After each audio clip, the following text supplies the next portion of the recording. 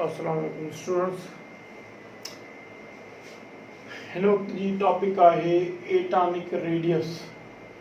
English में असां इनखे एटॉमिक साइज भी चई सघूं था।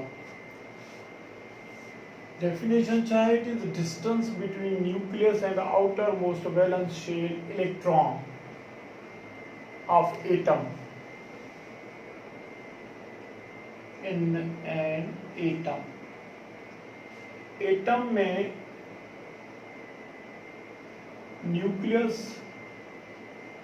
And outer most valence shell electron के विच में डिस्टेंस जेको आहे इहो एटॉमिक रेडियस आहे। एटॉमिक रेडियस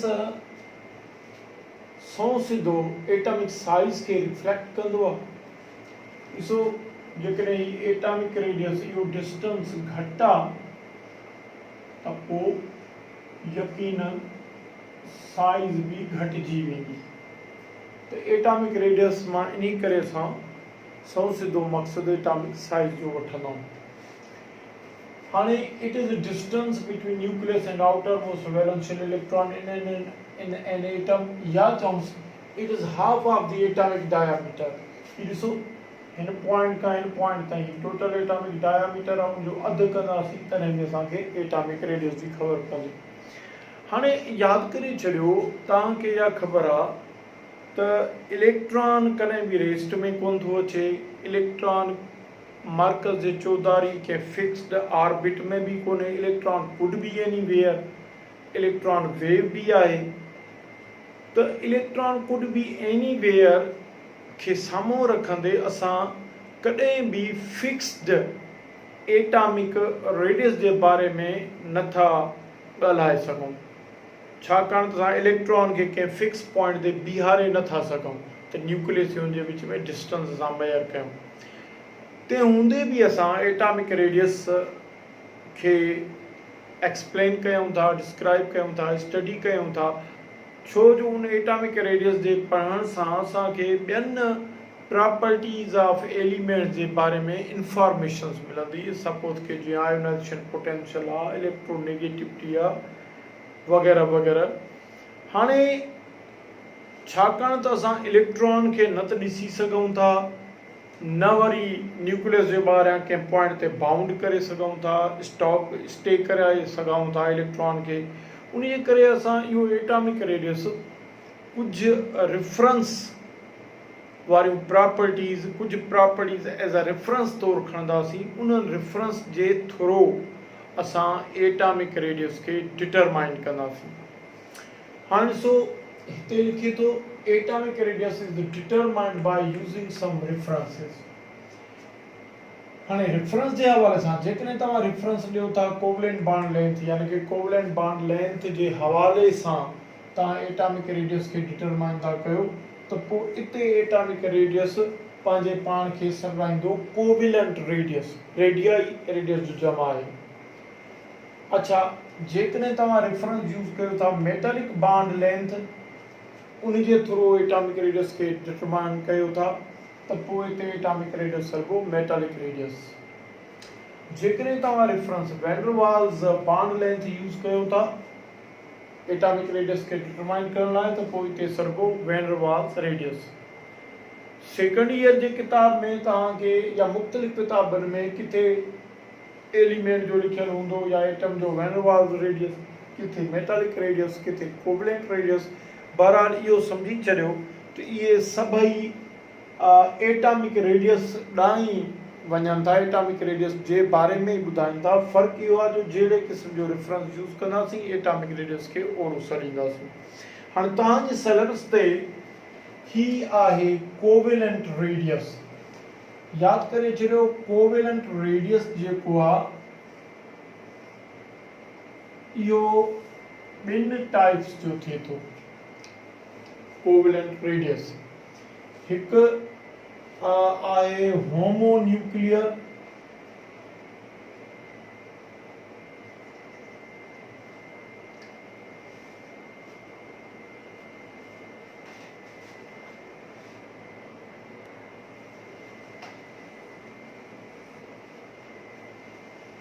त हिकु आहे होमोन्यूक्लियर कोवेलेंट रेडियस ऐं ॿी कोवेलेंट रेडियस जी टाइप आहे हेट्रो न्यूक्लियर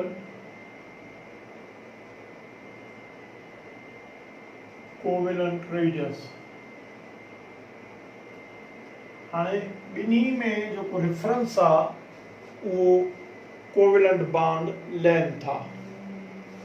अच्छा, होमोन्यूक्लियर ॿुधाए थो त हिते ॿई एटम साॻिया हूंदा, माना हिते जी डेफिनेशन छा थींदी?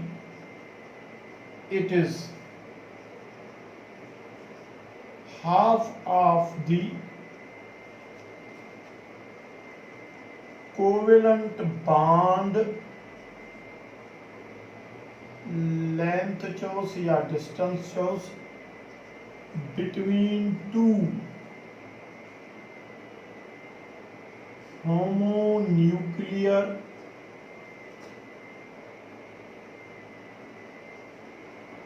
atoms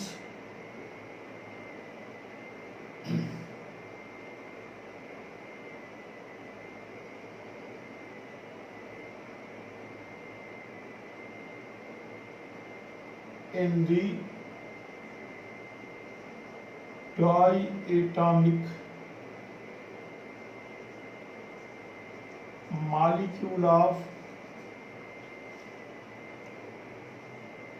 molecule in most dense solid state of element G most dense solid state में डाइएटॉमिक मॉलिक्यूल्स जे अंदर ॿिनि साॻियनि एटमनि जे विच में जेको कोवेलेंट बॉन्ड आहे उन जी half of the bond length खे असां सॾूं था होमोन्यूक्लियर कोवेलेंट रेडियस। अच्छा, हाणे इहो डिस्टेंस किथां डिटरमाइन कयो वेंदो आहे? This distance is determined, ही जेका कोवेलेंट बॉन्ड लेंथ आहे इहा डिटरमाइन कई वेंदी आहे स्पेक्ट्रोस्कोपिक डेटा मंझां या एक्सरे डाइफ्रैक्शन मंझां। हाणे स्पेक्ट्रोस्कोपिक डेटा या एक्सरे डाइफ्रैक्शन मंझां या स्पेक्ट्रोस्कोपिक डेटा मंझां कार्बन एलिमेंट जे ॿिनि कार्बन एटमनि जे विच में जेका टोटल बॉन्ड लेंथ मिले थी उहा मिले थी 1.54 एंगस्ट्रॉम। हाणे तव्हांखे ख़बर आहे, हाणे ॾिसो असां ही डायमंड खणियो आहे, डायमंड असां कार्बन जे एटॉमिक रेडियस के या होमोन्यूक्लियर कोवेलेंट रेडियस के डिटरमाइन करण लाइ उनजी स्टेट न त ग्रेफाइट खई आहे न बीका खई आहे, डायमंड खई आहे, छाकाणि त diamond most dense solid state आहे कार्बन जी। डायमंड एक्सरे लाइ त डाइफ्रैक्शन आहे ट्रांसपेरेंट मीडियम आहे। स्पेक्ट्रोस्कोपिक डेटा मंझां असां हेतिरो डिस्टेंस वरितो ॿिनि कार्बन एटमनि जे विच में। हाणे असांखे ख़बर आहे ॿई एटम साॻिया आहिनि, ॿिन्ही जो न्यूक्लियस साॻियो आहे ऐं असांखे इहा बि ख़बर आहे त जेको आहे सो ही जेको कोवेलेंट बॉन्ड आहे इहो दरअसल ॿिनि एटमनि जे विच में शेयर्ड पेयर ऑफ इलेक्ट्रॉन आहे। तंहिंजी माना त जेकॾहिं असां ऐं शेयर्ड पेयर ऑफ इलेक्ट्रॉन में तव्हांखे ख़बर आहे त ॿिन्ही एटमनि जो हिकु हिकु अनपेड इलेक्ट्रॉन म्यूचुअली शेयर थींदो आहे।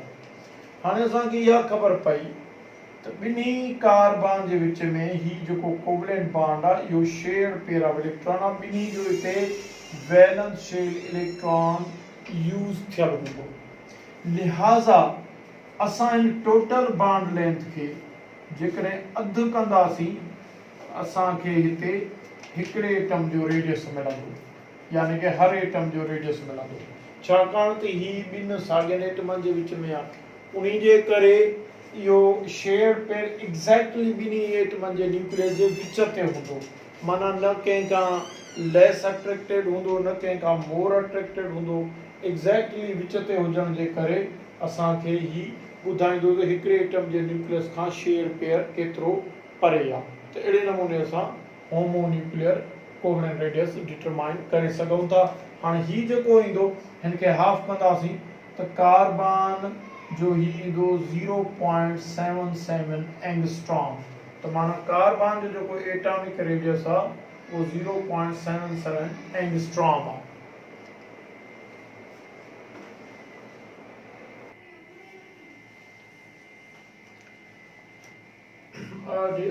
हाणे हेट्रोन्यूक्लियर एटॉमिक रेडियस ते असां अचूं त सपोज कयो के बि ॿ डिफरेंट एटम्स आहिनि, हिते ए एंड बी। छाकाणि त हेट्रोन्यूक्लियर एटम्स आहिनि, ॿिन्ही एटमनि जो न्यूक्लियस या एटॉमिक रेडियस हिकु जेतिरो न हूंदो, उन्ही जे करे ही जेको कोवेलेंट बॉन्ड जो शेयर पेयर आहे उहो बि एग्जैक्टली ॿिन्ही एटमनि जे विच ते न हूंदो। लिहाज़ा हिते असां half of the bond length वारो कंसेप्ट इस्तेमालु न कंदासीं। हिते छा कंदासीं, यादि रहणु खपे त हिते जेका टोटल बॉन्ड लेंथ आहे उहा radius of A and radius of B atom जो जोड़ आहे। हाणे जेकॾहिं असां हिकिड़े एटम जो नॉन रेडियस खणूं त ॿिए एटम जो अननोन रेडियस लही सघिजे थो। फर्ज़ कयो हिते असां रेडियस ऑफ ए एटम खे नॉन था कयूं त पोइ रेडियस ऑफ बी एटम कीअं थींदो, असां टोटल बॉन्ड लेंथ मंझां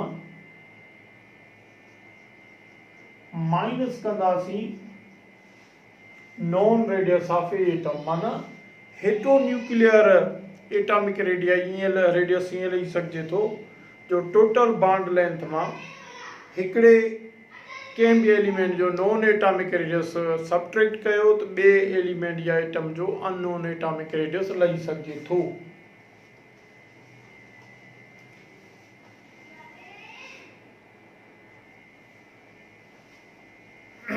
हाणे एग्जाम्पल तौर ॾिसो, असां हिते एग्जाम्पल में लिखूंसि। हिते एग्जाम्पल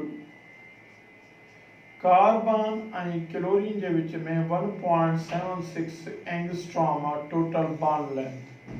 हाणे जेकॾहिं रेडियस ऑफ कार्बन आहे 0.77 त पोइ रेडियस ऑफ क्लोरीन केतिरो थींदो, हिन हिसाब सां असां कीअं हलंदासीं। रेडियस ऑफ क्लोरीन बराबर टोटल बॉन्ड लेंथ 1.76 माइनस 0.77 तो ही इंदो 0.99 एंगस्ट्रॉम।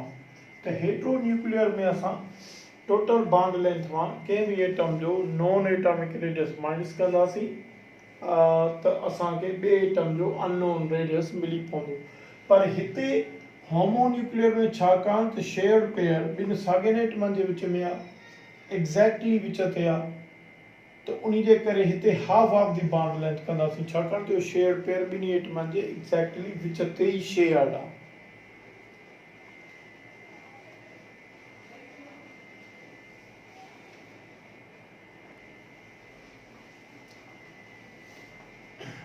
डियर स्टूडेंट्स, हींअर असां पढ़ंदासीं एटॉमिक रेडियस जो ट्रेंड इन पीरियोडिक टेबल।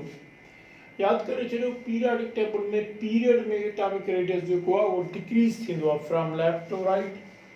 ॾिसो जीअं सेकंड पीरियड था खणूं, असां पीरियड नंबर 2 था खणूं। हाणे हिन में असांखे जेके एलिमेंट्स मिलंदा, lithium, beryllium, boron, carbon, nitrogen, oxygen, fluorine. यादि करे छॾो त नियान इनर्ट गैस आहे, उहो असां ट्रेंड में नथा आणियूं। हाणे थींदो ईअं त left to right atomic radius decrease थींदो। छो? तव्हां लिथियम ऐं बेरिलियम खे कंपेयरिंग कयो त लिथियम में न्यूक्लियस में 3 प्रोटॉन हूंदा, शेल हूंदा। यादि करे छॾियो, जंहिं बि पीरियड में जेतिरा एलिमेंट्स आहिनि उन्हनि जे एटमनि में शेल्स ओतिरा ई हूंदा जेको पीरियड नंबर आहे। हिननि सभिनी एलिमेंट जे शेल में एलिमेंट जे एटमनि में मरकज़ जे चौधारी में शेल हूंदा, छाकाणि त सेकंड पीरियड में। पर छाकाणि त लेफ्ट और राइट एटॉमिक नंबर वधंदो आहे, शेल साॻिया था रहनि। हाणे हिते 3 प्रोटॉन ॿिनि शेल्स खे पाण ॾे छिकनि था, हिते 4 प्रोटॉन जी छिक थिए थी ॿिनि शेल्स खे, त शेल्स वधीक या शेल्स वारा इलेक्ट्रॉन वधीक अट्रैक्टेड थींदा हिन बेरिलियम में एज कंपेयर टू लिथियम। लिहाज़ा इन जे करे एटॉमिक रेडियस या साइज डिक्रीज थींदी। अच्छा, टॉप टू बॉटम ग्रुप में रेडियस वधे थो, एटॉमिक रेडियस, छाकाणि टॉप टू बॉटम तव्हां ॾिसंदव त हिकिड़ो नओं शेल एड थींदो रहंदो। New number of shell is added in an atom, छाकाणि त पीरियड 2 में आहे, पीरियड 3 में आहे, ही पीरियड 4 में आहे। त हिन में मरकज़ जे चौधारी 4 शेल हूंदा, हिन में मरकज़ जे चौधारी 3 हूंदा, हिन में मरकज़ जे चौधारी 2 शेल हूंदा। हाणे टॉप टू बॉटम जो असां हेठि अचूं त हिकिड़ो नओं शेल एड पियो थो थिए मरकज़ जे चौधारी, जंहिंजे करे जेको आहे सो एटॉमिक रेडियस वधे थो। हाणे सुवाल इहो थो पैदा थिए त असांखे एटॉमिक रेडियस पढ़ण जो फ़ाइदो कहिड़ो आहे। यादि करे छॾियो त काफ़ी केमिकल मिस्ट्रीज़ आहिनि, काफ़ी केमिकल रिएक्शन जी मिस्ट्रीज़ आहे जेका असां एटॉमिक रेडियस खे पढ़ण खां पोइ हल करे सघूं था। उन खां अलावा असांखे आयोनाइज़ेशन पोटेंशियल या इलेक्ट्रोनेगेटिविटी जहिड़नि प्रॉपर्टीज़ खे, एलिमेंट जूं इलेक्ट्रोनेगेटिविटीज़ या जेके आयोनाइज़ेशन पोटेंशियल वैल्यूज़ थींदा आहिनि, अहिड़नि प्रॉपर्टीज़ खे सम्झण में बि असांखे एटॉमिक रेडियस हेल्पफुल आहे। हाणे केमिकल रिएक्शन जी मिस्ट्री इहा आहे, ॾिसो पीरियाडिक टेबल जो उसूल आहे त जंहिं बि ग्रुप में जेके एलिमेंट्स आहिनि उहे केमिकली आइडेंटिकल आहिनि, माना उन्हनि खे सेम रिएक्शन करणु खपंदो आहे, सेम टाइप ऑफ कंपाउंड्स ठाहिणु खपंदो आहे। हाणे इन ते अचूं था, हाणे ॾिसो हिते जेकॾहिं असांखे एटॉमिक रेडियस ते ॾिसूं त टॉप टू बॉटम रेडियस वधंदो वेंदो। तंहिंजी माना त हेलोजन्स में आयोडीन सभिनी खां वॾे में वॾो रेडियस आहे। हाणे जेकॾहिं इन ते अचूं त इन उसूल ते अचूं त भई हीउ ॾिसो, हीउ सभई साॻे ग्रुप में आहिनि, लिहाज़ा इहे सभई केमिकली सिमिलर आहिनि, इन्हनि जा केमिकल रिएक्शन साॻिया हूंदा। हाणे इन में अचूं त फास्फोरस 5 क्लोरीन एटमनि सां मिली करे फास्फोरस पेंटाक्लोराइड ठाहे थो, जॾहिं त इन उसूल खां आयोडीन इते डिसोबीडियंसी अख्तियार करे थो, छाकाणि त फास्फोरस सां 5 आयोडीन अकोमोडेट थी करे फास्फोरस पेंटाआयोडाइड नथा ठाहे सघनि। जॾहिं त पीरियाडिक टेबल जो उसूल आहे त ग्रुप में जेके बि एलिमेंट्स आहिनि उन्हनि जूं केमिकल प्रॉपर्टीज़ या केमिकल रिएक्शन साॻिया हूंदा, त पोइ हिते फास्फोरस पेंटाआयोडाइड छो थो ठहे। हाणे यादि करे छॾियो, जेकॾहिं असां हिन पीरियाडिक टेबल में एटॉमिक रेडियस जो ट्रेंड नथा पढ़ूं त पोइ असां हिन मिस्ट्री खे सुलझाए नथा सघूं। वजह इहा आहे त आयोडीन एटम मच बिगर आहे, वॾी साइज़ वारो आहे। आयोडीन एटम जी साइज़ तमामु वॾी थिए थी, उन जे करे क्लोरीन जी साइज़ नंढी आहे, उन जे करे सिंगल फास्फोरस एटम जे चौधारी स्पेस में 5 क्लोरीन एटम समाइजी सघजनि था फास्फोरस पेंटाक्लोराइड ठाहिण लाइ, जॾहिं त फास्फोरस जे चौधारी वॾी साइज़ जे करे 5 आयोडीन एटम नथा समाइजी सघजनि। इहो ई वजह आहे त एटॉमिक रेडियस जे करे फास्फोरस ऐं पेंटा आयोडाइड नथो ठहे, छाकाणि त आयोडीन जी एटॉमिक रेडियस तमामु वॾी आहे, जॾहिं त क्लोरीन जो एटॉमिक रेडियस नंढो आहे, जंहिंजे करे फास्फोरस पेंटाक्लोराइड त ठहे थो पर फास्फोरस पेंटा आयोडाइड नथो ठहे। जेकॾहिं तव्हां पंहिंजी किताब जे पेज ते ॾिसंदव त उते ई तव्हांखे बिल्कुलु एक्सप्लेन करे ॿुधाए थो। अच्छा, हाणे जेकॾहिं तव्हांखे MCQs ॾे त phosphorus pentachloride is formed but phosphorus pentaiodide cannot be formed although both chlorine and iodine are placed into same group। तो उनजो रीज़न कहिड़ो आहे? because iodine atoms are much bigger than the chlorine atoms, therefore 5 iodine atoms cannot be accommodated in space around phosphorus to make phosphorus pentaiodide।